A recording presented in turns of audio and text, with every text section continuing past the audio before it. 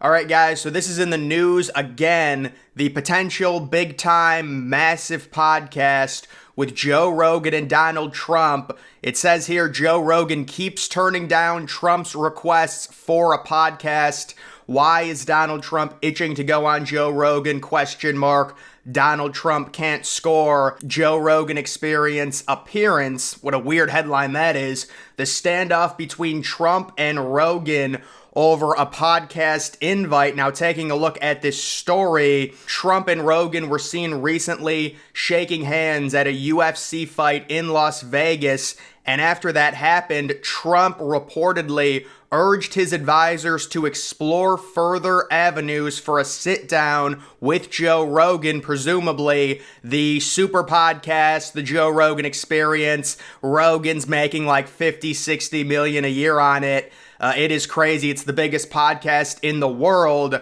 Roger Stone, who is one of Trump's advisors, has reportedly offered to engage Rogan in a UFC-style cage match in hopes of forcing the podcaster to interview the former president. So that's really good news. Could we get a Roger Stone, Joe Rogan one-on-one cage match? That would really unite the country, I'm sure, but apparently Rogan is still not open to having Trump on his podcast. Now, guys, I did discuss this a few months ago, and I'm going to give the full breakdown of what Rogan is thinking right now. Will Rogan have Trump on? What are his plans for the 2024 election? This is a very easy play by Rogan because he still wants to appear to be kind of an independent person, even though at this point most of his views are right-wing. He says he's a classic liberal, but either way, once it gets announced, because right now, listen, we don't know if it's going to be Trump. It is looking very likely like it is going to be Trump. I think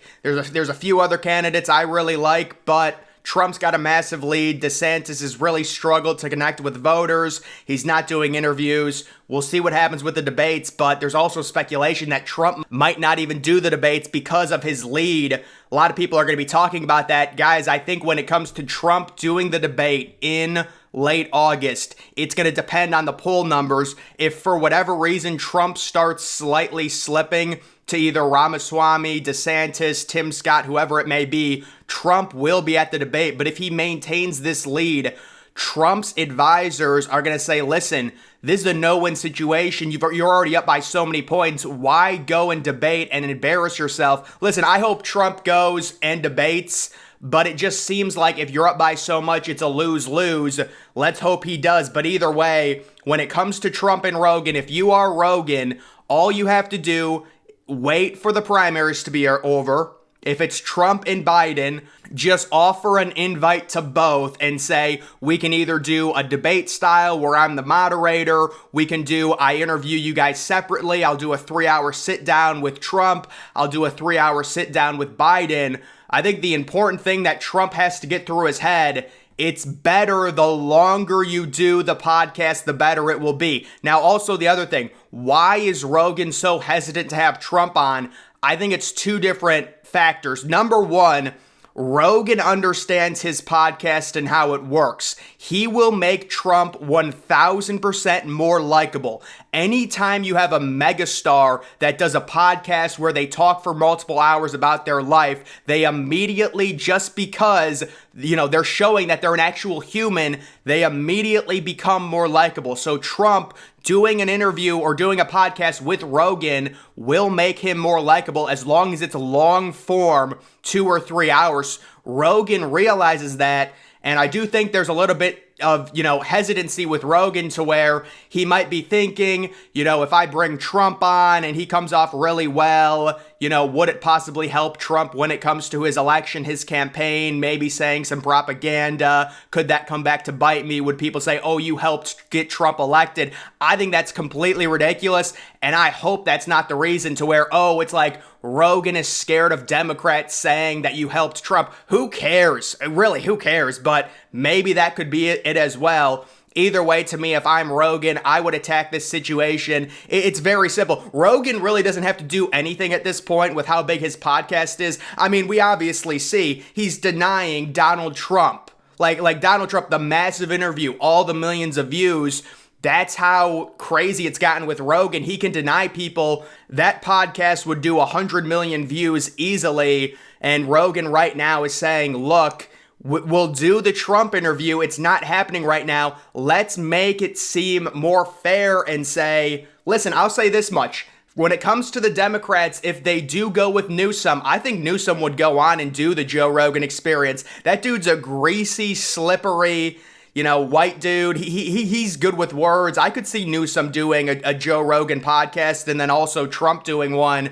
But if it is Biden, Biden can't, string two sentences together. There's just no way Biden would be able to do it. He's just not capable of doing it. He doesn't have the cognitive function at this point in his life to be able to participate in kind of a 2 or a 3 hour podcast. I don't even think he could do 30 minutes, honestly. And I say that as someone who is sad. I feel bad for Joe Biden. I really do. But obviously, he's in no shape to run the country. Either way, guys, this is something we'll have to continue to follow. I think Rogan is going to do the Trump podcast and make it seem very fair and say, look, once the primary process is over, whether it's Trump, DeSantis, Nikki Haley, Ramaswamy, whoever it is, you can do an interview with me and the Democrat candidate can do an interview with me and we can have an open forum discussion for 2 or 3 hours. Trump wants to go on there right now. Why is that? I really don't know. I think if I was Trump, I would wait. You're up by so many points. You really don't need a boost in terms of your polls when it comes to the Republican primary. If I was Trump, I would much rather wait until after I became the nominee and then go on there. This is also a situation where if Trump did an interview with Rogan, there is so much to talk about. It would be like you would have to just pick different topics. You need like a 5 or 6 hour conversation, which obviously Trump would not do. But we've got this: Democrats value free speech far less than Republicans. There's a big shock right there. But these numbers are really remarkable. Just over half, 55%, support the U.S. government taking steps to restrict false information online, even if it limits people from freely publishing or accessing information. And of course, guys, I don't know what this poll is, what these numbers are. Maybe this is a poll from Los Angeles, California. Maybe it's a super liberal place, but that is very, very scary, 55%. Obviously, whenever there's false information, it's terrible, it's not good. If people end up getting hurt by it, that's really bad. But the opposite of that, which is restricting everything and allowing the government to spin their own narrative, is far, far more worse than the spread of false information. It's not even close. And you would think that people would have the critical thinking skills to understand that, but apparently you can see Democrats and Democratic-leaning independents are much more likely than Republicans to support the U.S. government taking steps to restrict false information online, 70% to 39%. And it's got to be like a facepalm at some point. Did we learn nothing from the entire pandemic and all the stuff that was censored, all the YouTube channels that were deleted when the stuff they were saying was actually correct? You have to allow, this is a democracy, you have to allow free thought. Sometimes it's not going to work out. Sometimes false things are going to be spread, but that is so much better than the government just censoring everything they want to censor. I am begging people to understand that. Allowing the government to censor whatever they want. And I think the recent example of this, and we're seeing it again here in 2023, is the Robert F. Kennedy stuff. Because guys, the craziest thing about that, they went back and deleted. So in essence, Robert F. Kennedy did podcasts from like a year ago, 2 years ago. They get uploaded. They're perfectly fine, perfectly fine, perfectly fine. Oh, now Robert F. Kennedy is making some noise, in the Democratic Party. He's polling at 14 or 15%. Now that becomes a problem. Now all that stuff that Robert F. Kennedy was saying, that all needs to be censored because we're going to manipulate the election. We don't want you to vote for him. Guys, we cannot do that. That is not a healthy democracy. Whether you love him or hate him, it's just not healthy. I would never vote for Robert F. Kennedy ever. But it's just like, we can't do this, guys. This is not good. This does not go down a good path. And listen, 70% support censorship is not a good omen. And even with Republicans at 40%, it's crazy. I mean, it's just listen, I understand false information, disinformation, misinformation. It's tough. Trust me, if you start restricting it, it will cause a much worse outcome. This is so obvious, but I don't know if it's a lack of critical thinking skills. I don't know if it's, maybe it's just the media so honed in on these kids coming from college. It's bad, we have to censor. And then it's the idea, no, guys, we have to censor this stuff to protect you. It's all about protection. That's the excuse that they give.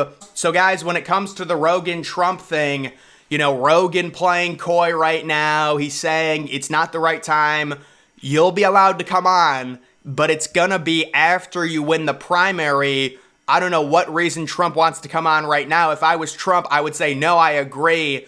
Let's, wait, because it's gonna be a good podcast and it's gonna really help me.